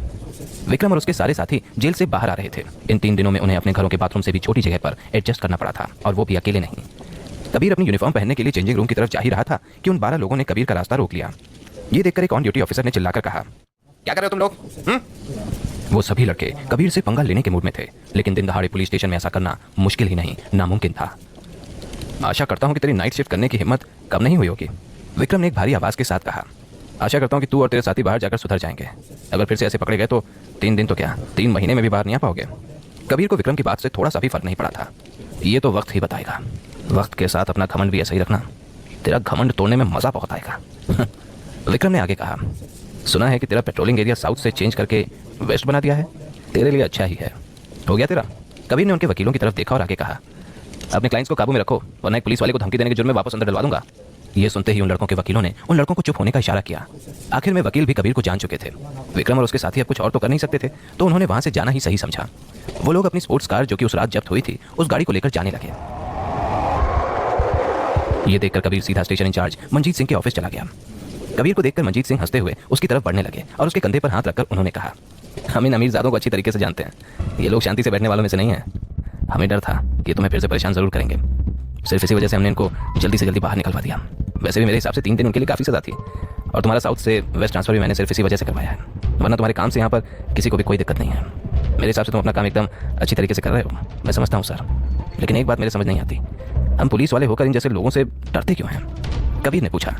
मंजीत सिंह ने लंबी सांस ली और जवाब दिया, हम लोग इनसे नहीं बल्कि दिल्ली के पुराने गैंग से डरते हैं। वो लोग कब क्या करते हैं कुछ कहा नहीं जा सकता। इन अमीर खानदानों के ऊपर इन गैंग्स का बहुत बड़ा हाथ है, और इन लोगों से पंगा लेकर हम सिर्फ अपने आप को ही नहीं बल्कि अपने परिवार को भी खतरे में डालते हैं। वैसे भी इन लोगों से डील करना हमारा काम नहीं है। ये लोग क्रिमिनल डिपार्टमेंट वालों की जुरिस्डिक्शन में आते हैं। हमारा काम सिर्फ रोजमर्रा की जिंदगी में शांति बनाए रखना है। मंजीत की बात सुनकर कबीर ने बैठते हुए पूछा, ये गैंग्स करते क्या हैं? अभी तक इनको किसी ने बंद क्यों नहीं करवाया? इस सवाल से ही पता चल जाता है कि तुम इन गैंग्स को हल्के में ले रहे हो। दिल्ली में कई सालों से ये 4 गैंग्स काम करते आ रहे हैं। ये लोग इतने पावरफुल इसीलिए हैं क्योंकि उन्होंने सिर्फ क्राइम की ही नहीं बल्कि बिजनेस की दुनिया में भी कदम रख लिया है। ईस्ट साइड गैंग दिल्ली के ट्रांसपोर्ट को मैनेज करता है। कौन सा ट्रक कहाँ से और क्या लेकर जाएगा, ये सब ईस्ट साइड गैंग देखता है। ईस्ट दिल्ली से यूपी बॉर्डर लगता है, इस वजह से उन्हें दिल्ली एनसीआर में काम करने में बहुत आसानी मिलती है। अगर इस शहर का ट्रांसपोर्ट सिस्टम खराब हो जाए तो बहुत बड़ी दिक्कतें आ सकती हैं। इसी के साथ साथ दिल्ली में पीने वालों की तादाद बहुत ज़्यादा है, और इसी वजह से यहाँ पर दारू के ठेके भी बहुत हैं। ठेकों के साथ साथ वेस्ट दिल्ली में बार्स भी बहुत हैं, जहाँ पर जुआ और सट्टेबाजी का पूरा धंधा चलता है। ये सारा सिस्टम वेस्ट साइड गैंग संभालती है। ये सुनकर कबीर थोड़ा शॉक्ट हो गया। इंचार्ज ने अपनी बात को बढ़ाते हुए आगे कहा, south side gang south Delhi के सारे महंगे से महंगे कैफे और रेस्टोरेंट्स हैंडल करता है। हाउस खास, साकेत, इन सारी जगहों पर साउथ साइड गैंग का हाथ है। और आखिरी में बचते हैं नॉर्थ साइड गैंग। ये लोग ज़्यादा काम नहीं करते, बस छोटे मोटे नाइट क्लब चलाते हैं। नॉर्थ साइड गैंग के पास ज़्यादा पैसे भी नहीं होते, इसी वजह से वो लोग इन अमीर लोगों के छोटे मोटे काम करते रहते हैं। जब तुम्हें नॉर्थ साइड गैंग ने परेशान किया तब हमें बहुत फिक्र हुई थी, और सिर्फ इसी वजह से हमने तुम्हारा ट्रांसफर करवा दिया। अब कबीर इन चारों गैंग्स के बारे में काफ़ी कुछ जान चुका था। जिन बिजनेसेस में वो सब इन्वॉल्व थे वो कोई छोटे मोटे नहीं थे। अगर सरकार इनके गैंग्स को बंद करवाने की कोशिश करेगी तो उसका असर शहर के हित के लिए अच्छा नहीं रहेगा। और वैसे भी ये गैंग्स अब लोगों की नज़रों में क्रिमिनल्स नहीं बल्कि बिजनेसमैन बन चुके थे। इन गैंग्स के खिलाफ सबूत ढूंढना अब पहले से भी ज़्यादा मुश्किल हो गया था। मैं समझता हूँ सर, मुझे वेस्ट दिल्ली में पेट्रोलिंग करने से कोई भी दिक्कत नहीं है, कबीर ने कहा। सच कहूँ तो मैं तुम्हारे जैसे पुलिस वाले की बहुत इज्जत करता हूँ। एक पुलिस वाले को इन लोगों से बिल्कुल भी नहीं डरना चाहिए। मैंने इतने पुलिस वाले देखे, लेकिन आज तक किसी ने इन बदतमीज अमीर लड़कों को सबक सिखाने की कोशिश नहीं की। मुझे और तुम्हारे साथियों को ये सब होता देख बहुत अच्छा लगा था, और इस बार हमें डिपार्टमेंट के सीनियर ऑफिसर्स का भी साथ मिला था। इंचार्ज ने कबीर की पीठ थपथपाते हुए आगे कहा, डायरेक्टर भी तुमसे बहुत खुश थे। कबीर को ऐसी तारीफों से कुछ खास फर्क नहीं पड़ता था, फिर भी उसने अपना सिर हिलाया और कहा, जी सर, अगर कोई और काम नहीं है तो मैं अब पेट्रोलिंग के लिए निकलता हूँ। ठीक है, मुझे भी बहुत काम है, रात में आके खोल कर ड्यूटी करना। कोई दिक्कत आए तो बेझिझक मुझे फ़ोन कर सकते हो, तुम्हारे साथी भी तुम्हारा ध्यान रखेंगे। इंचार्ज की बातें सुनकर कबीर अपने साथियों के साथ बाइक से पेट्रोलिंग के लिए निकल ही रहा था कि अचानक जेनिफर का चेहरा उसके दिमाग में आ गया। तभी उसे कुछ याद आ गया और वो स्माइल करता हुआ थाने की तरफ वापस जाने लगा। शायद वो अपना हेलमेट थाने में ही भूल गया था। विक्रम और उसके साथी वहीं खड़े थे। उन्होंने कबीर का रास्ता अपनी गाड़ियों से रोक लिया। विक्रम ने तभी अपनी गाड़ी का शीशा नीचे किया और कबीर से कहा, अब तो खुद के पुलिस बनने पर पछताएगा। कबीर को उसकी धमकी से जरा सा भी डर नहीं लगा। नो प्रॉब्लम, आई होप मैं तुझे एक अच्छा इंसान बना सकूं। क्या पता जेल में 1 साल रहकर तू सुधर जाए। अगर 1 साल भी कम पड़े तो शायद 3 साल, लेकिन 3 साल कब 10 साल बन जाए कोई नहीं कह सकता। जब तक तू सुधर ना जाए तब तक तेरे लिए जेल में जगह खाली रहेगी, कबीर ने कहा। विक्रम इस बात पर कुछ बोल नहीं पाया। उसने अपनी गाड़ी का शीशा ऊपर किया और वहां से चला गया। कबीर के साथियों ने दूर से ही ये सब देख लिया था। उन्होंने कबीर से पूछा, क्या तुम कार से पेट्रोलिंग करना पसंद करोगे? बाइक तुम्हारे लिए सेफ नहीं होगी। हम देश की राजधानी में हैं, सेफ ना होने का तो सवाल ही नहीं उठता। जो होगा देखा जाएगा, कबीर ने कहा। इतना कहकर उसने अपनी बाइक स्टार्ट की और वहां से निकल गया। विक्रम और उसके दोस्त थोड़े आगे जाकर कबीर को देख रहे थे। नॉर्थ साइड वाले तो इसका कुछ नहीं कर पाए। अब लगता है बाकी 3 गैंग से मदद लेनी पड़ेगी। मैंने सुना है कि अब से ये वेस्ट दिल्ली की तरफ पेट्रोलिंग करेगा। वेस्ट साइड गैंग से बात करें क्या?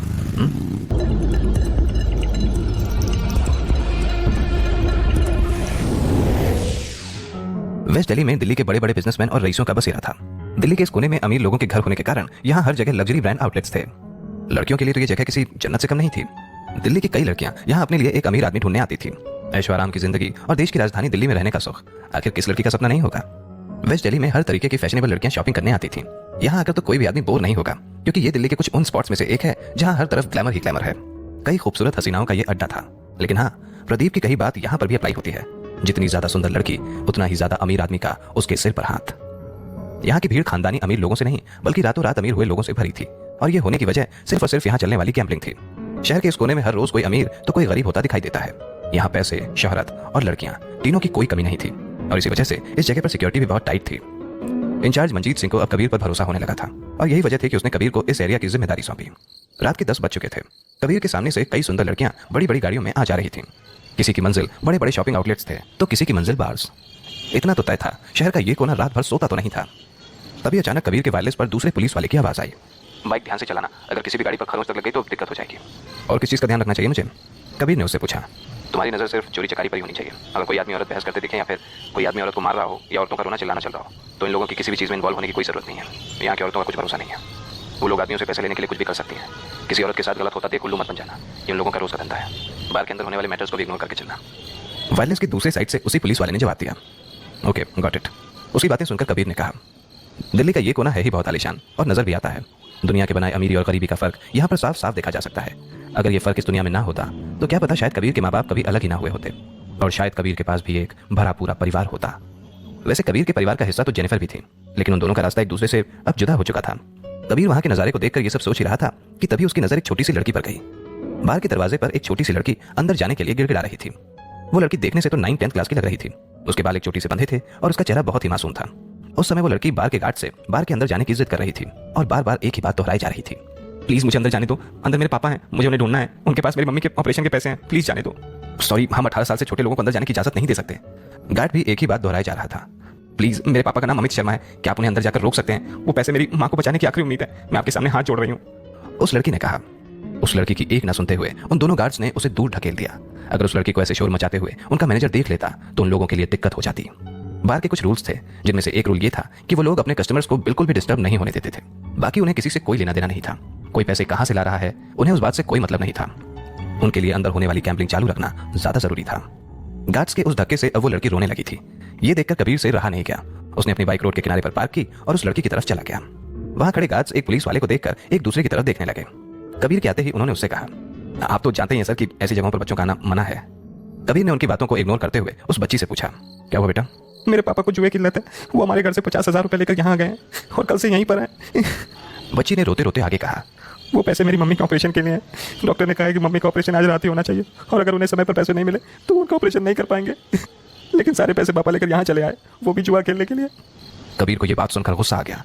आखिर कौन सा बाप अपनी लत के लिए अपना ही घर बर्बाद करने पर उतर सकता है? अच्छा सुनो, पहले तो तुम रोना बंद करो, कबीर ने बच्ची से कहा। उस बच्ची ने कबीर की शर्ट टाइट से पकड़कर धीमी आवाज में कहा, पुलिस अंकल, क्या आप अंदर जाकर मेरे पापा को ढूंढ लेंगे? उन्हें जुआ खेलना पसंद है, लेकिन मुझे लगता है वो मेरी मम्मी के ऑपरेशन के लिए और पैसे जीतने गए हैं। उन्हें पता है कि मम्मी का ऑपरेशन आज ही होना है। वो जानकर ऐसा बिल्कुल भी नहीं करेंगे, पक्का कुछ हुआ है। क्या आप अंदर जाकर चेक कर सकते हो? मुझे कुछ समझ नहीं आ रहा है कि मुझे क्या करना चाहिए। अगर आज पैसे नहीं मिले तो मेरी माँ का बचना बहुत मुश्किल हो जाएगा। तुम्हारे पास फोन है? कबीर को उस बच्ची पर दया आ गई थी। कबीर के सवाल पर बच्ची ने हाँ में सिर हिलाया। उसमें तुम्हारे पापा की कोई तस्वीर है?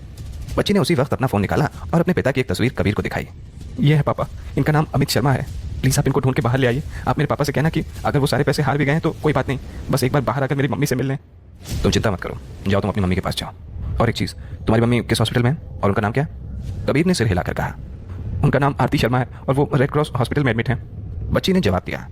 ओके, मैं अंदर जाकर तुम्हारे पापा को ढूंढता हूँ। Thank you so much police uncle, बच्ची ने अपने आंसू पोंछते हुए कहा। कबीर एक बार के अंदर अपनी यूनिफॉर्म में तो नहीं जा सकता था, इस वजह से उसने अपने कपड़े बदलने का सोचा। पास के ही एक दुकान से उसने कपड़े लिए और उसी दुकान के चेंजिंग रूम में अपने कपड़े चेंज भी कर लिए। तैयार होकर कबीर बार में एंटर कर ही रहा था कि एंट्रेंस पर खड़े दोनों गार्ड्स ने उससे पूछा, आप तो जाने पहचाने लग रहे हैं। ये होना तो मुमकिन ही था, आखिर उन दोनों ने कबीर को थोड़ी देर पहले पुलिस की वर्दी में जो देखा था, लेकिन फिर भी वो उसे पहचान नहीं पाए। मैं यहाँ अक्सर आता रहता हूँ, इतना कहकर कबीर सीधा अंदर चला गया। बार अंदर से बहुत ही बड़ा था और वहाँ कम से कम 50 टेबल्स तो थी। हर टेबल पर 3 से 5 लोग आराम से बैठ सकते थे। मेन हॉल में लगभग 200 लोग थे। इसी के साथ फर्स्ट फ्लोर पर वीआईपी रूम्स भी थे। ये कमरे उन लोगों के लिए थे जो या तो बहुत मशहूर हैं या फिर कुछ पैसे खर्च करके नीचे की भीड़ से बचना चाहते हैं। कबीर ने थोड़ी बहुत पूछताछ की तो उसे पता चला कि 50 लाख से ऊपर की रकम का जुआ खेलने वाले लोग ही फर्स्ट फ्लोर पर जा सकते हैं। ऐसे में तो अमित मेन हॉल में ही होगा, कबीर ने सोचा। कबीर ने कुछ देर तक अमित को ढूंढा, लेकिन वो कहीं नहीं मिला। रात बहुत हो चुकी थी और उस बच्ची का चेहरा कबीर के दिमाग में बार बार आ रहा था। कबीर ऊपर से जितना भी सख्त हो, लेकिन अंदर से बहुत ही नरम दिल का इंसान था। उसे उस बच्ची की रोती शक्ल पर दया आ गई थी। वो नहीं चाहता था कि वो बच्ची इतनी छोटी उम्र में अपने माँ बाप को खो दे। वो जानता था कि छोटी उम्र में बाप खो जाने का दर्द क्या होता है। तभी उसने अपना फोन निकाला और नताशा को कॉल मिलाया। सुनो, मुझे एक मदद चाहिए, कबीर ने नताशा के फोन उठाते ही कहा। बिल्कुल नहीं, नताशा ने सीधा जवाब दिया। ये किसी की जिंदगी और मौत का सवाल है, कबीर ने कहा। यह सुनकर नताशा चुप हो गई और कुछ पल बाद उसने कहा, जल्दी बोलो, मेरे पास समय नहीं है। क्या तुम्हारे पास 50,000 रुपए हैं? कबीर ने पूछा। कबीर, अब तुम्हारा ज्यादा हो रहा है। तुम भूल गए तुमने मेरे साथ क्या किया था? तुम्हें शर्म नहीं आती मेरे से पैसे मांगते हुए? नताशा ने गुस्से से कहा। सुनो, रेड क्रॉस हॉस्पिटल जाओ और वहाँ आरती शर्मा नाम की औरत को ढूंढो। पता करो कि उसके ऑपरेशन के लिए कितने पैसों की जरूरत होगी। जितने पैसों की जरूरत हो उतने पे करके उनसे कहना कि वो ऑपरेशन जल्दी से जल्दी करते हैं, कबीर ने कहा। यह सुनकर नताशा हंस पड़ी और उसने कहा, तुम्हें लगता है कि मैं तुम्हारी मदद करूंगी? अच्छा बताओ, क्यों करूं मैं तुम्हारी मदद? उसकी बात सुनकर कबीर ने एक लंबी सांस भरी और नताशा से कहा, नताशा, क्योंकि तुम एक बहुत ही अच्छी और सुंदर इंसान हो, समझी? आगे बोलो, नताशा ने कहा। मैंने आज तक तुम्हारी जितनी सुंदर लड़की कभी नहीं देखी, कबीर ने कहा। अच्छा ठीक है, ज्यादा बोलने की जरूरत नहीं है, तुम जीते। खुश? नताशा ने जवाब दिया।